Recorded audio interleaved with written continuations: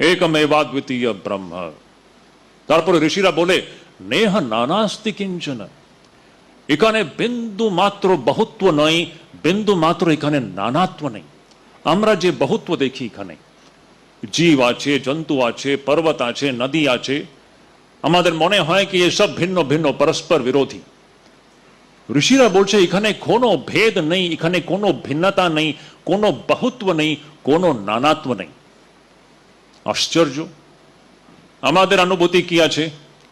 আমরা আজকে শুধু নানাত্বই দেখছি, বহুত্বই দেখছি, আমরা এক বস্তুকে দেখতেই পাই না, ঠিক বিরোধী। তো উপনিষদ বলছে নেহ নানাস্তি কিঞ্চন। আর তারপরে উপনিষদ বলেন মৃত্যুস মৃত্যুম গচ্ছতি ইহ নানেব পশ্যতি।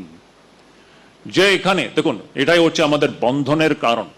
আমরা খণ্ডন ভববন্ধনের আমরা কথা যখন বলি, এই আমরা বন্ধনে এখানে কি করে পড়ে আছে? এই ভেদ দৃষ্টি হচ্ছে বন্ধনের মূল।